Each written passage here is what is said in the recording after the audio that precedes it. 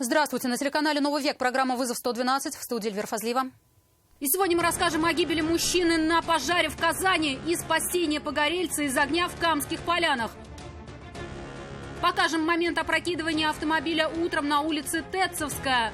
Я ехал с ночной смены с работы и уснул. И конфликт водителя с пешеходом на Сибирском тракте. Поморгал, чтобы отошли. И он просто с размаху так прям по зеркалу. А также допрос свидетелей по делу о стрельбе в охранницу поликлиники в мае этого года.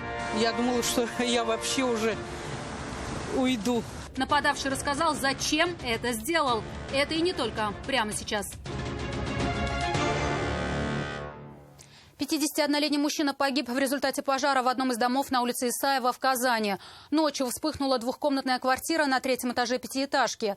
Проходящие увидели женщину, стоящую на балконе и кричащую о помощи, и вызвали пожарных. Огнеборцы вскрыли дверь, проникли на балкон и с помощью кислородной маски спасли 61-летнюю женщину. В ходе тушения огня пожарные в квартире обнаружили тело погибшего мужчины. Общая площадь возгорания составила 5 квадратных метров. Предварительная причина пожара – неосторожность при курении. Предположительно, по этой же причине сегодня утром вспыхнула квартира на 5-м этаже одного из 9-этажных домов в Камских Полянах. До прибытия пожарных из дома самостоятельно эвакуировались 3 человека. С возгоранием на площади 8 квадратных метров пожарные справились за 15 минут. Из горящей квартиры спасли мужчину, его передали в руки медиков. Точную причину возгорания установят дознаватели.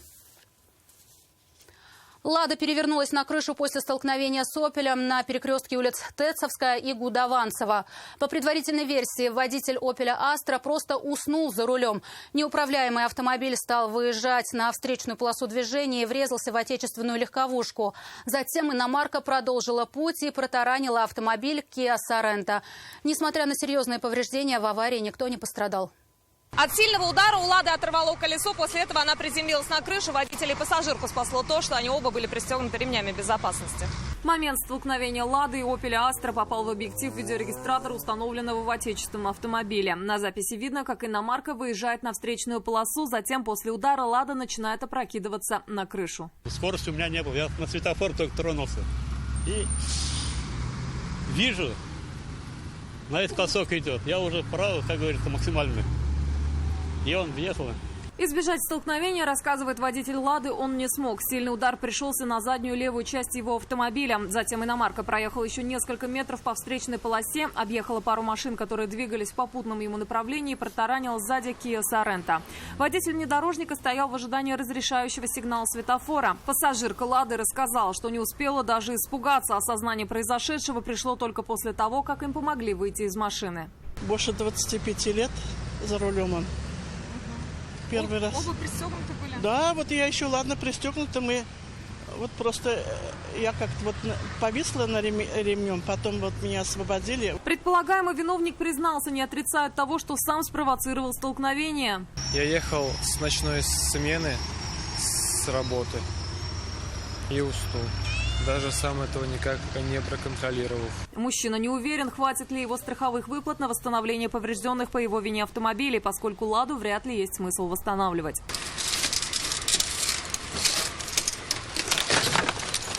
Водитель ждет разбор в ГИБДД, но чем он закончится, понимают все, включая владельца «Опеля». Нафиса Минязова, Наиль Абдулин, вызов 112. Скорую помощь пришлось вызывать 60-летней женщине, которая ночью вместе с сыном ловили попутку недалеко от компрессорного завода в надежде уехать домой в Высокогорский район. Перекресток Сибирского тракта и улицы Халитова популярен у тех, кто по каким-либо причинам не смог или не захотел уехать на автобусе или электричке. Голосующие стояли прямо на проезжей части. На то, что произошло позже, у водителя, проезжавшей мимо Кея, и у ловящих попутку совершенно разные взгляды. Со всей размаху так. Пассажирка Kia сильно испугалась. Удар был с ее стороны. Рассказывает, ехали с мужем в Дербышке. Дома ждут 2 детей. Прекрасно знают, что голосующему у компрессорного завода нужно гораздо дальше. Поэтому и не останавливаются. После перекрестка с улицы Халитова заехали на автобусную полосу и стали с нее съезжать по всем правилам. В том месте, где нанесена прерывистая разметка. Голосующие стояли прямо на проезжей части, практически посреди дороги. Поморгал, чтобы отошли. И он просто с размаху так прям по зеркалу. Он? Да. Задел специально, да, типа что, мы проезжаем. Просто уехать в такой ситуации водитель Kia не мог. Остановился и вышел. На всякий случай прихватил с собой биту. Я откуда знаю, ты стоишь один, еще где-то стоит. Я что думаешь? А вот я стоял с мамой, отдельно стоял. Они с тобой рядом стояли. Четверо было. Их четверо тут было. Они на 5 метров сзади стояли. Ударивший зеркало мужчина с матерью побежали. Водитель их догнал и вернул на место происшествия, после чего у женщины и случился нервный срыв. Не эпилепсия, просто у нее приступы такие бывают. У нас приступы судорог или истерия? Истерия. Женщину госпитализировали. Ее сын остался на месте для выяснения всех обстоятельств. Мужчина не отрицал. Они стояли прямо на проезжей части. Ехать им надо было в Куркачи, а с обочины попутку не поймать. Но виновным считает водителя легковушки. Уверяет, тот не имел права заезжать на автобусную полосу и должен был объехать голосующих. Машину ты что видел? Зачем? На меня поехали. Тебя поехали? Мы стояли спокойно. Гнал автобус, хотя не имеет права. Выплачивать полную стоимость оригинального зеркала с установкой мужчина не захотел и заявил автоинспекторам о наезде. Водитель же намерен написать заявление в полицию о даче ложных показаний и умышленной порче чужого имущества. Вероника Гайнудинова, Дарья Кореева, вызов 112. Кировский районный суд Казани сегодня приступил к допросу свидетелей по делу о нападении на охранницу больницы.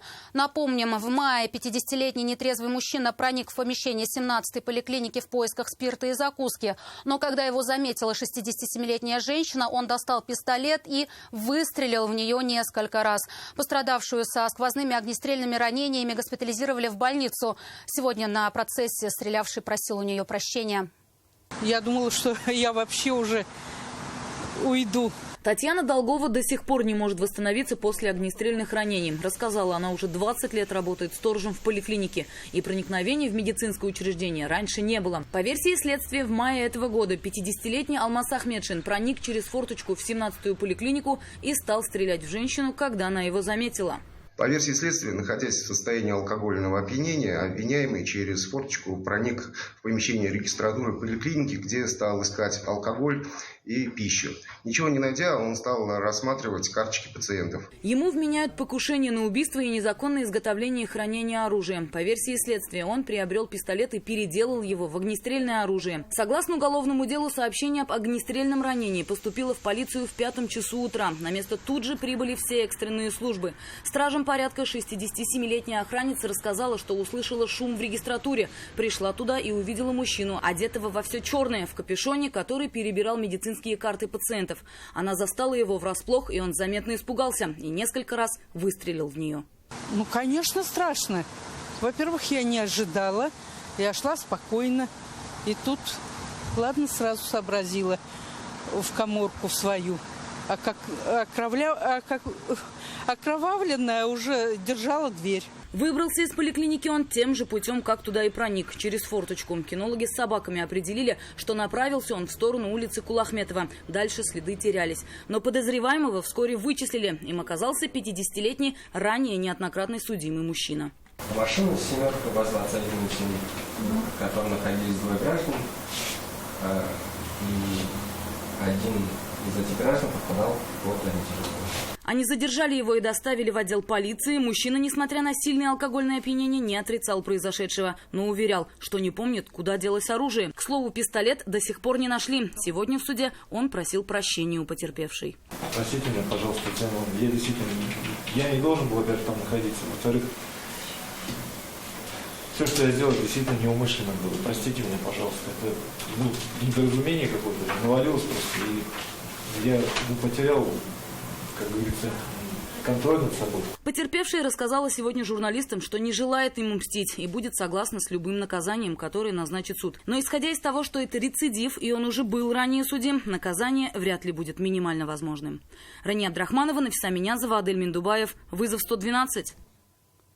Это все, о чем успели вам рассказать. Обо всех происшествиях вы можете сообщать нам по телефону 570 50 50 или на мобильный 8 98 69 112 112. Также мы доступны в социальных сетях. Присылайте видео, снятое вами. В студии была Эльвира Фазлиева. До встречи и не бросайте вызов судьбе. Вдруг она его примет.